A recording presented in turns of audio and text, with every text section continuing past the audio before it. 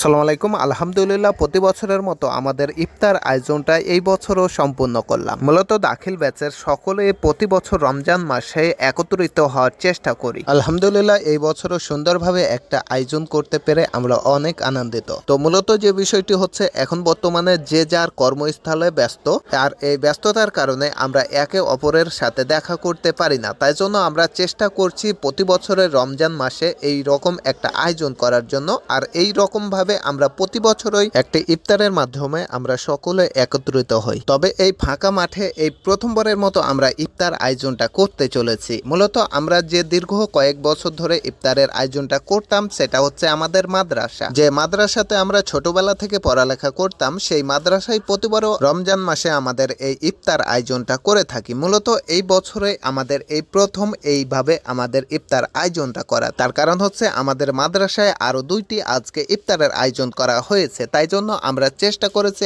আজকে বাইরে ইফতারের আয়োজনটা করার। তো ইফতারের জন্য আমরা তরমুজ নিয়েছিলাম। এই তরমুজ মূলত আমাদের অন্য বন্ধু কিনেছে, আরেক বন্ধু কিনেছে। তো আজকে আমি এই তরমুজটা কেটে দেখছি। তো প্রথম যে তরমুজটা কাটলাম, তখন দেখলাম খুব সুন্দরভাবে লাল হয়ে আছে। আর পরবর্তী সময়ে ফাড়ার পরবর্তী সময়ে আপনারা দেখতে পাচ্ছেন কি একটা অবস্থা। তো যাই হোক, আমাদের কিছু করার নাই, এটা দিয়ে আমাদের ইফতারটা চালাতে হবে। তো আমরা এটি কাটার পরবর্তী সময়ে আমাদের যে বন্ধুগুলো রয়েছে তারা সকলে ফটোশুট করতে ব্যস্ত। মূলত আমরা যেহেতু একত্রিত হয়েছে আজকে, সেহেতু আমাদের এই সুন্দর মুহূর্তগুলোর স্মৃতিগুলো তুলে রাখার জন্য এটা করা। তো আমাদের এখানে দেখতে পাচ্ছেন যে প্রাকৃতিক দৃশ্যটি, এই দৃশ্যটি একেবারে মনোমুগ্ধকর একটি দৃশ্য। মূলত এই দৃশ্যটির মর্ম তারাই বুঝতে পারবে যারা একেবারে কম সময় এই দৃশ্যগুলো উপভোগ করতে পারে। মূলত যারা বাইরে এবং শহরে থাকেন তারাই কিন্তু এই প্রাকৃতিক সুন্দর দৃশ্যটির অনুভব করতে পারবে। তো দেখতে দেখতে আমাদের সময় কাছে আসছে ইফতারের জন্য। তো